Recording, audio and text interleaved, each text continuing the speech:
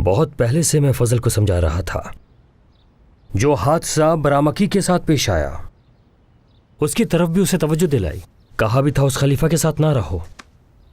اقتدار کی ہوس میں اس نے اپنے بھائی پر بھی رحم نہیں کیا. افسوس کی بات ہے. اور جو حادثہ امام کے ساتھ پیش آیا، اس نے اپنا پلو جھاڑا اور گریہ کرتا رہا، اور ساتھ ہی ساتھ امام کی قبر پر 3 دن تک رہا. نمک اور روٹی کے علاوہ کچھ نہیں کھایا.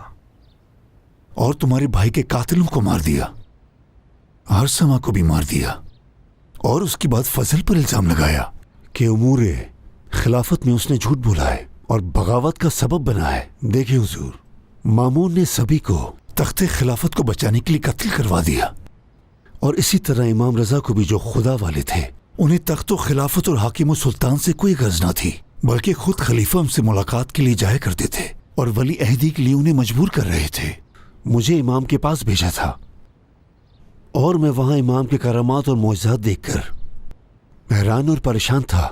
میں نے اس بات سے مامون کو بھی آگاہ کیا، لیکن ایک لمحے کے لیے بھی میرا یہ گمان نہیں تھا کہ وہ فضل و کرامات کے اس پیکر کو نقصان پہنچا سکتا ہے. مامون کو اہل بیت اور ان کے چاہنے والوں سے کوئی نقصان نہیں ہے. امام کے مقام اور ان کی منزلت ظاہر ہو جانے کے بعد تو اسے خدا کے سامنے امام سے شرم آنی چاہیے تھی. تو یہ بات ہے. اس لیے میں نے اسے دور رہنا ہی بہتر سمجھا. اگر میرا آنا آپ کو اچھا نہیں لگا تو میں واپس چلا جاتا ہوں. رجا ابن زحق، مملکت کے امور میں تمہاری تدبیر اور آگاہی سے اچھی طرح واقف ہوں، اور ہم رشتہ دار بھی ہیں، اس لیے تم سے ہرگز جدا نہیں ہوں گا. خدا تمہیں خیر و برکت عطا کرے.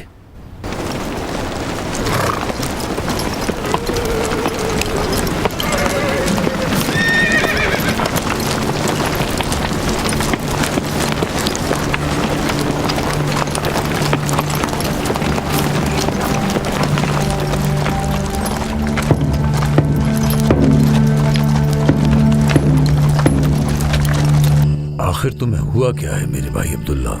یہ تمہارے چہرے پہ کیسی پریشانی ہے؟ یہ پریشانی یاسر کی وجہ سے ہے. کہیں امام رضا کی داستان پھر سے نہ دہرائی جائے. ہاں، اسے مامون نے بھیجا ہے. کیا اس کی امام جواد سے ملاقات ہوئی، یا اس سلسلے میں کسی بھی قسم کی کوئی پیش رفت ہوئی؟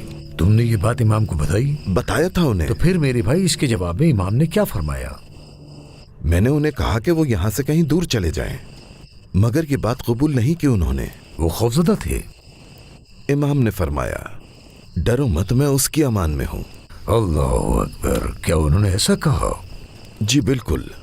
اب میرے دل کو کچھ سکون ملا ہے. ابو جعفر سب جانتے ہیں، میں صبح سویرے ہی ان سے ملاقات کرنے جاؤں گا.